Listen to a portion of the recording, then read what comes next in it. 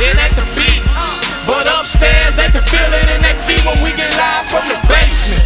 You can feel it in your face when we get live from the basement. So, you back my live bassment.com. Thanks for staying tuned. I missed that. You missed one. Wait, we having a brief wine tasting in the basement. You know, nothing out of the ordinary. Yeah. Yes, you might want to get. Yeah. My bad, Joe. Let us get Doughbeezy together. Stop now. My bad, Bill. Get your life together, though. What's going on? Hey, now. Can we do the honors? We on? Check. 1, 2, 1, 2. Doughbeezy. Yes, sir. Yes, sir. Yeah, Okay. yeah. So we in here. Turn you up. Alright. What's Got going down? You got your wine? Put my pinky here. Gotta put your pinky So here. I in here fancy. New project and got brand new on us. What is this about? Hey, man. The pot should tell you, we ain't got brand new at You're all. right. You're right. You're absolutely correct. I digress. You brought the pot with the Wine in the ice cooking pot, baby. Just to keep it cold. Look at the frost on this pot. And it's really keeping it cold. Hey, bro. You gotta make it happen. I gotta feel my brother. Reggie Bush and Kool-Aid too. What's going on? Now, though, you got a little quiet on this. Now, was that by design? Or what were you doing with your life? I think I was trying to get it together before I realized that's what I was doing. You know what I'm saying? Okay. After the situation, you know, pretty much I spent more time with the family. I just had a newborn, and It was adorable. Where is she? That's you, I a appreciate needed to be here. That's my friend. She is with her grandmother right now. Oh, okay. With her grandmother.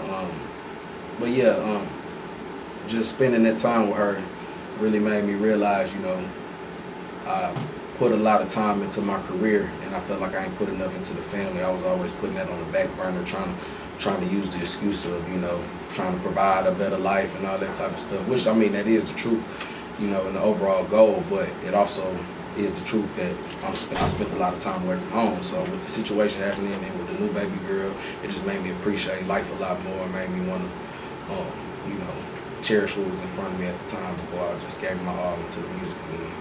So did that pull you into a different direction musically as well? I think in some sense, because I pay attention a lot, you know, to what people say. I look at my comments. I look real close into all of that, and I think everybody was always saying, of course, you know, the bars was good, the bars was there. I can spit this and this and that, but it was always a question of did I have conceptual records? Was I able to, you know, go outside the box and actually have what's the word I'm looking for? We don't know. We haven't. Substance. There you go. Okay. You know, where's the substance? It was always, of course, you know, niggas know I can rap my ass off, but it was like, where's the substance? You know what I'm saying? So I've always wanted to apply that in the music. It was tough for me to let people in that side. You know what I'm saying? I just like to have fun when I make music. So when the situation happened, and you know, life happened and everything, nigga getting older, it just made me like want to put it out there, bring people in a little more, just show people I am an all-around artist and we can make good music. Okay. So that's basically what we're going to see on this project, the Pretty growth of Doughbeezy. I think that's the way we can wrap it up. I definitely gonna see the growth. You're gonna hear the maturity. I think even down to the cover. You know what I'm saying? Like you just get the whole feel and the vibe of you know, a more grown up, mature type person. Now, for those, I mean, you keep talking about the situation. Now, for those that do not know, can you, if it's not too much, could you go back and like give a brief synopsis of what actually happened? Yeah, briefly. I don't talk about it in interviews, but it's something that, you know, if you Google my name, that's the first 3 things that's gonna pop up. Not even first 3 things that's gonna pop up. So, I mean, it's no secret. Pretty much last year in January 2015 is I arrived at a friend's house and pretty much pulled up into the middle of a home invasion. You know what I'm saying? And I was pistol whipped, led her sent to the hospital. And you know, it was 2 people. One got away. One ended up getting killed. And I mean, that's just what it is. And shit, any more detail you need, you can either listen to the record, Trust in My Gun. It's all put there, word for word, exactly what happened. So if it's any questions, you can either listen to that or you can just go to Google. I mean, type in Doughbeezy, and that's the first thing that's gonna pop up. So. Right. So, off that shit. So how did you come up with the concept of Reggie Bush and Kool-Aid? I mean, I know, Right. but I want to know. Nah, pretty much when Wiz had dropped, he dropped Cushion Orange Juice, you know what I'm saying? True. So right around that time, man, I didn't even really just want to be a rapper. I was always walking around freestyling. You know, like back in high school, I was freestyling at the lunch table, doing that type of stuff. When we got out of school, you know, I never really just took it serious. I just would always be in the ciphers and, you know, and then can just really rap. So once I started going to the studio, I liked how my voice sounded on record, I started recording, you know what I'm saying? So when Wiz dropped that Cushion Orange Juice, I had already had a couple songs done, and people was asking me, you know, are you gonna drop a mixtape? You know what I'm saying? That was right around the time of SF2 and Kickback Sundays, things like that. And so I was like, fuck it, I'm gonna just go ahead and make a couple more records and shit. I'm gonna title the mixtape Reggie Bush and Kool-Aid, because I was sitting in the garage, sitting in my driveway, just listening to Wiz when the first day he had dropped. And I was like, man, Cushion Orange Juice is dope. But I was like, man, I'm smoking Reggie outside right now, listening to this shit. And I was like, I bet you that it's more people, you know, in the world that can relate to me at this moment. Because at that time, nigga, everybody want to smoke a drug like they are now. You know what I'm saying? Like now, everybody got loud. You walk into a room with a bag of Reggie, niggas gonna clown you. I don't care who you is. But back then, niggas wasn't paying $20, $25 a gram like that. Niggas be straight dime sacks, 7 grams, 6 grams, you know what I'm saying? So I felt like it was more people that could relate to Reggie Bush and Kool-Aid than Cushion Orange Juice, you know what I'm saying? And shit, that's how the title started. And now it's to the point, I mean, I don't smoke Reggie now, but you know what I'm saying? I feel like the title was just, you know, a way of lifestyle. Plus, I feel like if, with it being 2 years since I dropped something, if I name the title Reggie Bush and Kool-Aid 2, it sets the bar like real high for me, for my fans, the people that really know me, because shit, they say either that or Blue Magic was one of my best tapes.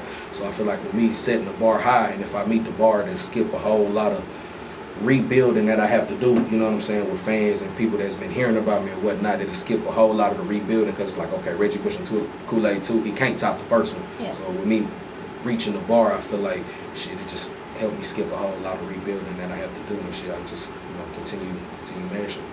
So you don't think you have to rebuild since it's been such a long time? Oh no, I definitely do feel like I have to rebuild, but I feel like it helped bring a lot more awareness to me coming back. You feel what I'm saying? Now if I just was to drop a new mixtape coming out called I'm Back, or you know what I'm saying, it'll just be like, oh, you know what I'm saying? But with it being something that a lot of people are already familiar with, and with it being, you know, the core fan base, one of their favorite tapes, you know what I'm saying? I just think it'll make the interest a lot more higher, you know what I'm saying?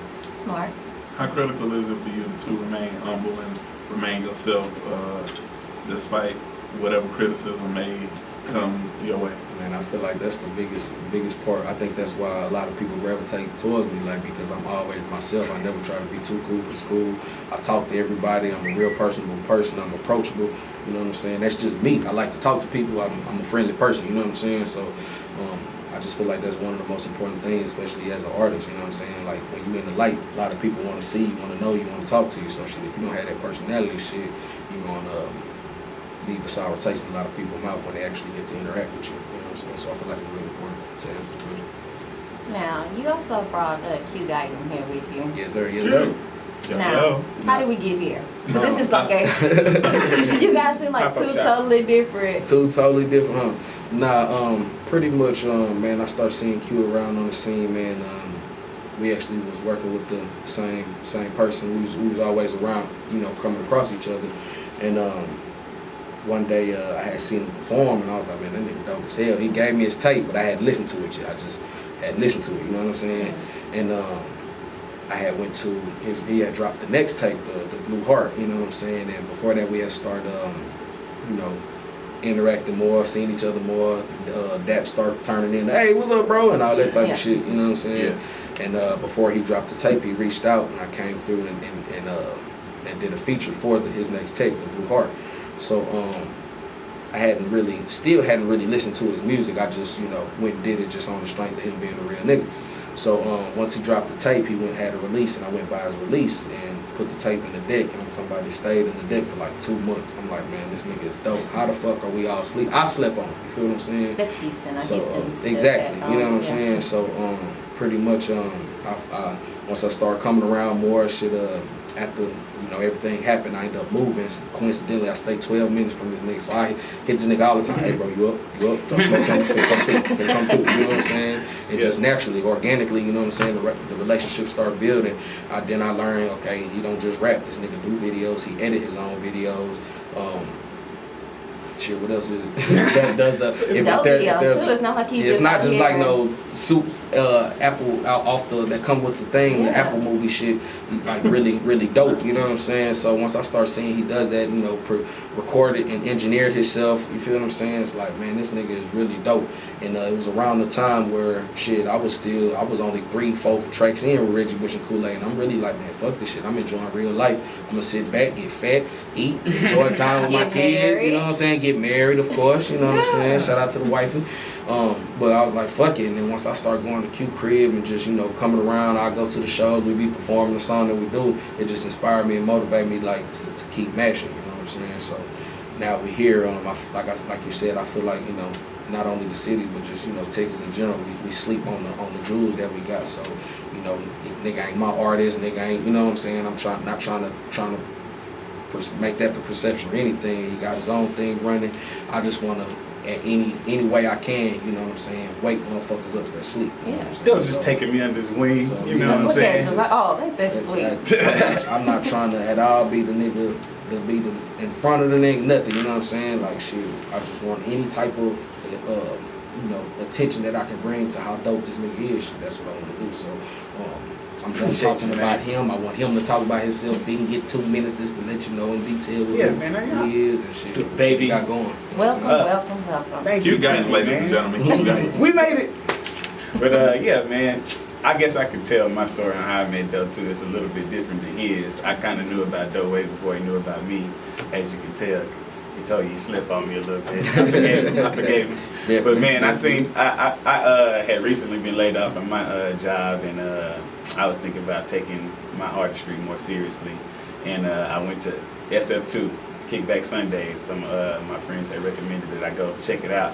Because I heard that there was this dope dude named Doughbeezy that was about to take the city over. So I'm thinking, I think I'm cold. So I'm like, let me go check it out. I had my little jump drive with some instrumentals on there. I was going to freestyle too.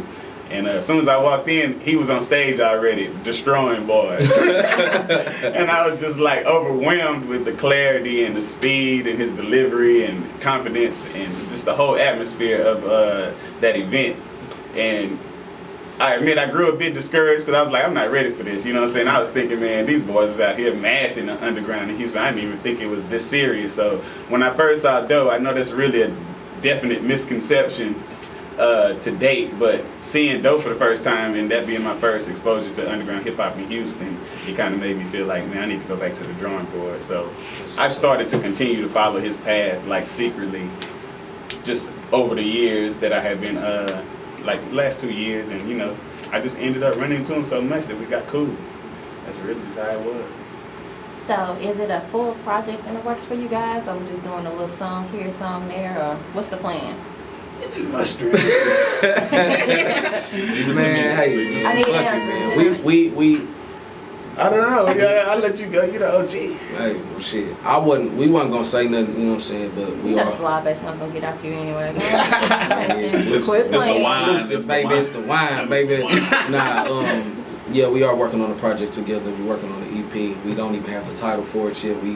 Every time we be talking in a sign, we say something like, that's it, right there. You know what I'm saying? So we got about 3 titles already in the works, but we don't know yet. We just working and letting it happen organically, but you can for sure, for a 100% sure fact, see a Guyton Doughbeezy full project, in the works. But for right now, man, check out that Blue Heart and that Black Magic and that Diamond Chains video. We just dropped that whole last week, and I feel like it's the most creative video to come out of Houston or Texas really big this year, you know what I'm saying? Which is, shot by NPR. Does it go by NPR Cuts, or is that just the Bluetooth? Well, this is his Instagram, but it goes by Gino. I'm sorry, Gino. I just don't know what you go out with in public. But yeah, big shout out to Gino and Pirate Fame too. Yeah, right? Pirate Fame. They both shot it. And they both shot it. It was edited by Guyton, and it's dope as shit. The concept is pretty much it start off with me battling another rapper I pretty much flame this nigga to Lyrically I destroy lyrically him. destroy him to where he has to be carried into an ambulance, and you know. And y'all actually get an ambulance. Like, how do you? I literally walked into the shoot. Like, how the fuck did y'all Yeah. get there? I mean, I'm like, wait a minute. We was there first, so I'm riding around on my little scooter, you know, the little hoverboard, riding, smoking a little blunt. My nigga, I see the door open in the fucking ambulance. I hear Future first. First I hear Future.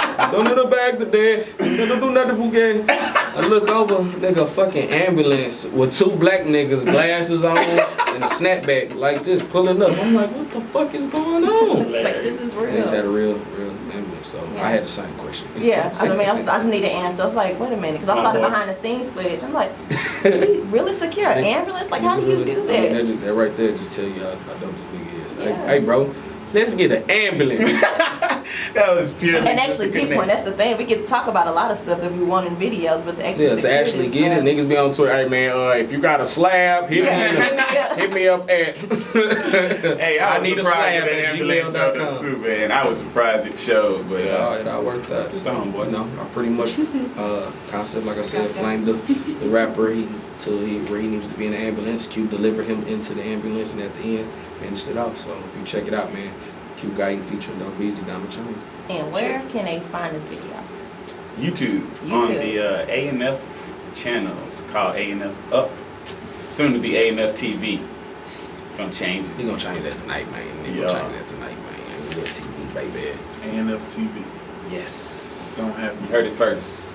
Yeah, we heard you. People hear a lot of stuff first here, On the code. and people don't be like really giving us credit. You know what I'm saying? Live Bassment, like we are the petty professionals. Cause y'all low key be getting y'all butter a nigga up to get it up out of there, man. So Look, she do the buttering up. I see her, you know. Get to know Miss to love She me. finesse game. Nah, that's all good. I ask artists this because like it's like funny how like people like just get into music. You know what I'm saying? Like, what was the plan before the music?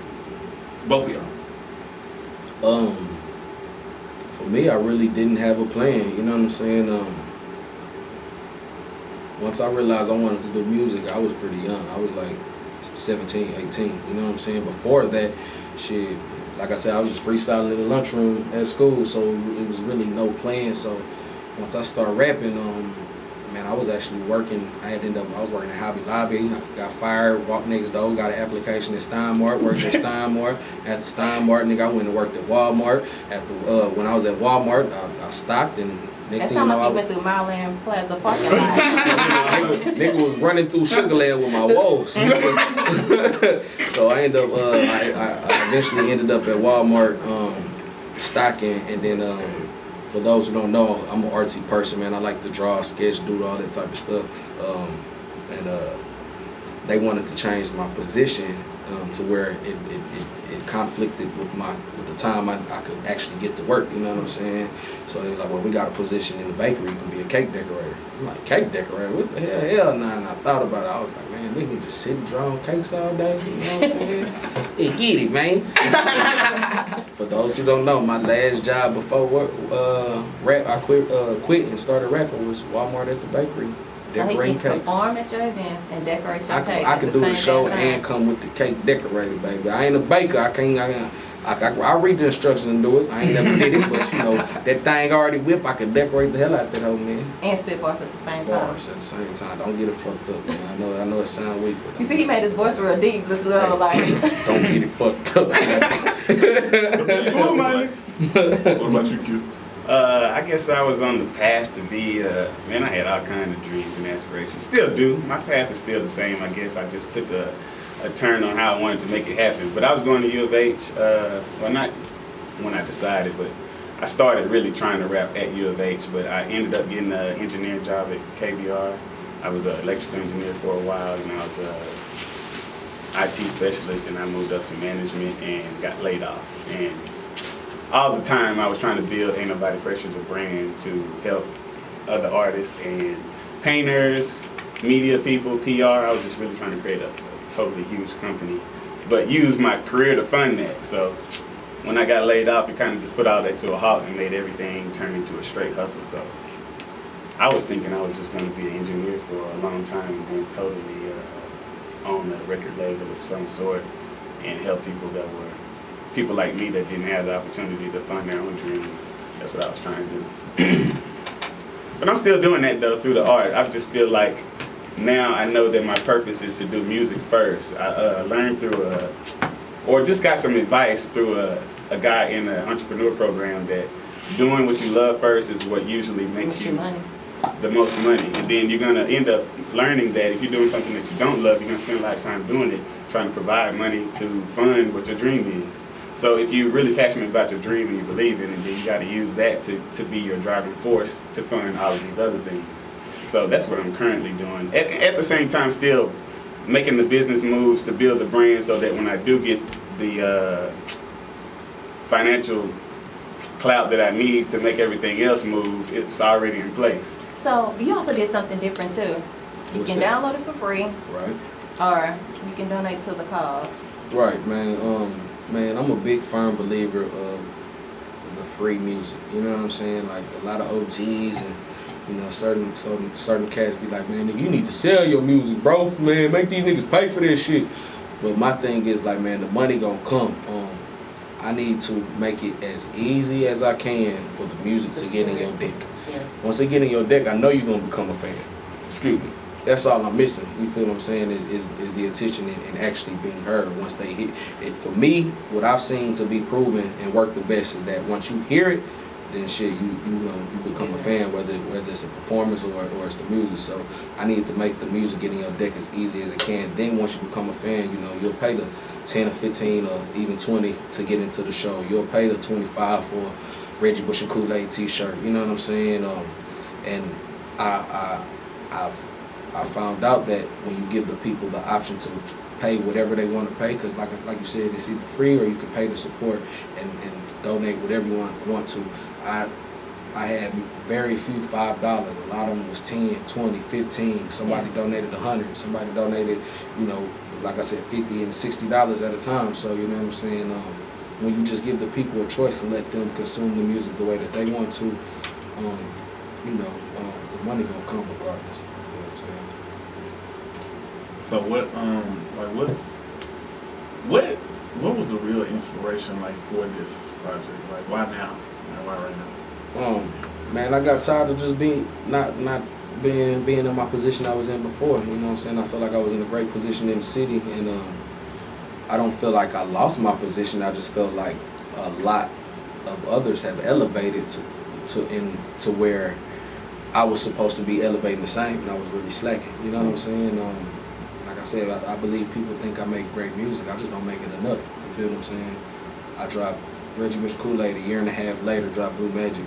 2 years later dropped Footprints on the Moon, and 2 years later dropped Reggie Bush Kool-Aid too. You know what I'm saying? That's 4 projects in 5-6 years. You feel what I'm saying? That's ridiculous. You know what I'm saying? So at the end of the day, I can't blame nobody else but myself for not being in the position that I feel like I deserve to be in. You know what I'm saying?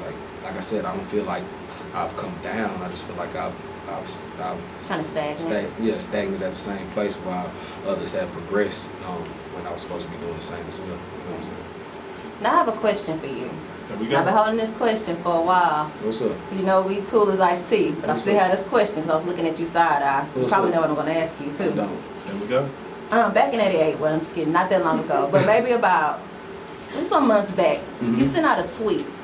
I thought we talked about this on the last time, but we just for those who just to get it clear. Well, on air, we talked about it in person. Did we? I thought we did it on air too. But come on, let's get it. I want to make sure that is very clear. There we go. So go ahead, tell us for those Because who people, don't know. because you're on the show now, so I just Right. want to make sure. Right. But people look at me side eye thinking I want to get my way when we do it on top. Right. So there was a tweet floating around Uh-huh. where you questioned why do internet radio interviews do people actually tune in? You said that kind of funny. You said why do radio interview? I didn't say why.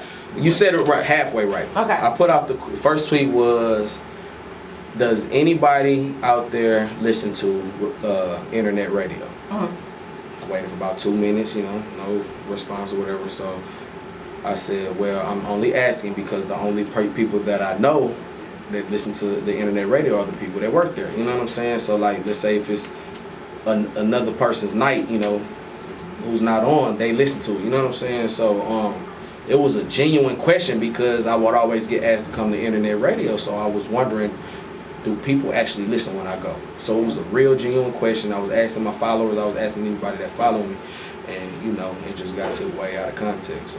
But it was a genuine question. I wasn't trying to be shady, wasn't trying to be petty like the professionals. Just, you know, it was a genuine question I wanted to know. Which is, you know, why it's good to talk to people, and it's hard to understand what people really mean sometimes via tweet, you know, because when I don't see why people would take it that way because, you know, a lot of people that got offended know me personally, seen me 100 times, seen how I am on camera, off camera, and it ain't a different thing. I don't. And which why the tweet was so shocking anyway. And again, that's why I think it's so important to hold those conversations, and we're all cool enough to hold those conversations without us being at events and be like, nigga, how you gonna sit up here and we don't work toward to build a station, you know? So it's kind of like Nah, again, and definitely, man, just to put it out there, man, I made sure that I did apologize. I didn't mean to offend nobody. I'm not one of them niggas that's too cool to, you know, be like, man, well, I said that and I meant that, because I didn't. When I sent it out there, the intentions wasn't to be, you know, like I said, petty or try to downplay what anyone was doing as far as with internet radio, because a lot of people that work for the station, the core, Jan, what is it? I stopped there. Jan. All right. Oh, y'all. No problem. Hold up, baby. A lot of internet stations, you There know, you go. that's in the city, man. A lot of people that work for those stations have supported me before niggas was even thinking about doing internet radio stations. So, like I said, to clear it up again, it was never to offend nobody, man. I apologize to anyone that was offended. It was just a genuine question that I wanted to know. I always go on internet radio stations, but I don't know if people. I've never heard no one say, "Hey, man, such and such show on tonight, man. I got," you know what I'm saying? So it was just a genuine question. And again, apologies to anyone that was offended by that. See? That's why he alright with me. I'm telling you, man. I'm telling you. That's the real. That ain't for the. Like when folks is genuine, like they be alright for the radio, nothing. Again, that's what I'm saying. That's why it's so important, because tweets and even text messages, Yeah, you know, can get so text message. You yeah. can't tell the difference. Shit. The only way you know is if it's in caps. Like, you mad. When the nigga all caps exclamation point out, man. Like, oh, you big mad tonight. Have you ever put all caps on and then didn't want to go back? Oh yeah. Now you just lazy, huh? Nah, your whole text message conversation gonna be yelling. Like, we just not gonna yell at me like that. Well, as always, we have a topic for tonight. And this was a little lengthy, but we still want to get your guys' opinion on it. And this goes for both of you. Touch, you want to read it? No. Are you going to be put on the spot like that? No, I surely don't. Thank you. Okay, some paraphrases. But for the most part, Keith and Tamika just recently got married. Tamika is a second-year neurosurgeon that makes $400,000 a year. No, she don't. You don't know Keith that. is a manager at Finish Line that makes $44,000 a year. After the wedding that she paid for, Keith moves in Tamika's house. Right. She buys him a new Lexus to replace his old Honda Accord. Right. And even pays for a 2-week honeymoon to Jamaica. Yeah. Keith loves Tamika with all his heart and vice versa. And they are happy together. But all Tamika's friends say she's stupid. Being that Keith is the man, is there a problem with their financial arrangement? If they're in love, does money make a difference or make them unequally yoked? Ladies, if you were Tamika, fellas, you were Keith, could you play that role? Yeah. Just because shit, you don't know the way that the cookie gonna crumble. You know what I'm saying? That may be how things start off, but you know, with love, love don't have no bank account. You feel what I'm saying? Two people, if two people are together and they never even talk about where they work for the first 3 months that they together, they can still fall in love. You feel what I'm saying? But if at the beginning of the relationship, y'all get out in business, you find out we work, let the money become an issue, shit, that could, you know, potentially cause problems before they even happen. You know what I'm saying? So I feel like all of Tamika's friends are probably single. And, you know, like I said, love don't have no bank account. You feel what I'm saying? And if she, how much you said, 400,000 and he make 40,000? Yeah. You know what I'm saying? That's 341,000. Shit, she probably enjoy being able to see her, you know, provide that for her man. You know what I'm saying? It don't make him no less of a man. Not shit if he was just sitting on his ass, you know, not trying to, you know, pull $40,000. What was $40,000 worth of his end? He make $40,000, but only, you know, provide $2,000 and shit. then yeah, he a scrub. But shit, if he doing all he can to provide for whatever they got going on and shit, she's happy with it. Shit, I feel like, hey, so put the pride to the side, play. I really don't like to attach money to marriage. I feel like it has nothing to do with each other. Right. These days, people just want to make everything about the bread, but I mean, if you want to go down to the basis of what marriage is, it's stimulated from love, and then love has, like you said, don't have a dollar sign on it, so everything else is null and void. If she wanted to marry that man and she made this much money, that's her Shit, personal sign a business. prenup. I feel if I was, what's his name, Darren, Roger, whatever the hell, Keith. I disagree with that too. That would have been an argument for me. Nah, if she came to the table 400 and he came to the table 40, shit, sign a prenup and shit. Build together. Y'all can still build together. Y'all can build a separate entity together to provide. But shit, if she came to the table with the bag and shit, and you didn't, shit. Sign up, huh? It's not a must, but you feel what I'm saying. If something like money is going to become a problem, sign the prenup. If my old lady came, if I met my old lady and she had $400,000 and I had 40, and she was like, well, I mean, I love you to death, you know, and you see I take care of you. I bought the car outside, baby. I just need to sign a prenup. You can't take everything I worked for before I got here. Shit, I'm gonna sign the hell if I really love her. Yeah. I'm no You say you prenup don't action. fuck no prenup action. No, hours. You came here with it and you are mine. Mine is ours. You gotta walk in with the no turn back. Look, that's how I am with my career now. I feel like you gotta go all in with love, or else is it love then? You know what I'm saying? Is it love if it has a dollar sign on it? Love me. I want to know what you Love my got to doggy say. style. You've been dishing out a lot of questions, Yeah, how you man. feel? That's my job. How you feel I'm though? just doing my job. Can I do my job? I'm sorry. You know her business hours. Her business hours. You know, Nah, I we do don't see know. both ways. I do. I honestly do. What is your way? Tamika. Which way do you see the clearest? Yeah. You know, part of me see that if I love you and you're able to contribute, then I'm okay with that. Contribution is in dollars. That's Romance without finance is a nuisance. I don't care what you say. Man, that nigga. You sleep. Hold on, bro. I'm You using sleep. that for a hook or something, my nigga. Romance without finance is a. Nuisance. It may be cute, but in the beginning, you know, I just It don't may think be you've had the cute. right romance then. you can't romance me enough with both pockets. And you using my money to romance me is not cute. That be so long, you know.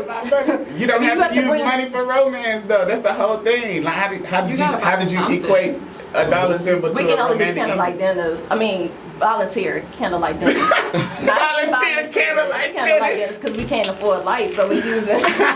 I mean, from the story, Oh, it seemed man. like that she likes to provide for her man, though. It seemed like just only the friends is who got a problem with it. Exactly. If we going off the scenario, the Yeah. situation. Yeah. But why the fuck she make $400,000 and all he get is a Lexus? Because that's what she I wanted mean, to buy. I mean, if you, She was like, But I'm if it's buying love, that. then I only got a 400,000. Lexus. But my question is, 400,000 a Lexus, you better be happy with this Lexus. Shit, But my question is, 400,000 if in the it's middle, that'll love- go quick. why you gotta get a new car, period? If it's love, this is totally based off love. Why you not cool with your Camry? It's a No, She it's wanted not to that. upgrade It's it. a Honda It Accord. sounds She like wanted to upgrade So the nigga. Baby, basically- I can't be pulling up Ben's truck next to your 96 But if Camry. we are Well, going then maybe together, you we need can to drive park my on the truck to street. the restaurant. But if it's okay for Then we you, say and it's not, and it's love, since y'all want to put And love this- and and numbers this is on the- love this and is the quotes all this and kind of unquotes. stuff, Didn't this man say he was making what 44K? and you can buy a Lexus with 44K. Bam, he bought his own Lexus. Nah, she bought This man don't have no She problems with bought She bought that 44K. up. But he can buy one too though. But he can't get the new Probably Lexus truck. Bet he And can. full Bet he though. can. Why with did the he need? 44 though. Why They he can't can't? be Why he can't buy a At car the end of in the his day, name? she got the plug on the discounted J's. When they come out, she ain't got to wait in no line. Boy, She got the plug. boy. Ain't nothing else to talk about, man. What's the next? But let's go. Let's take it back one time. I think we got Rai P outside too, so we're gonna bring him in and get in his business. And y'all gonna kick it with us, Q. Y'all kicking it with us. Yeah, All whatever you right. need. So we'll be let's right do it. back. So stay tuned to live basement on the 494.com. Take it back Tuesday.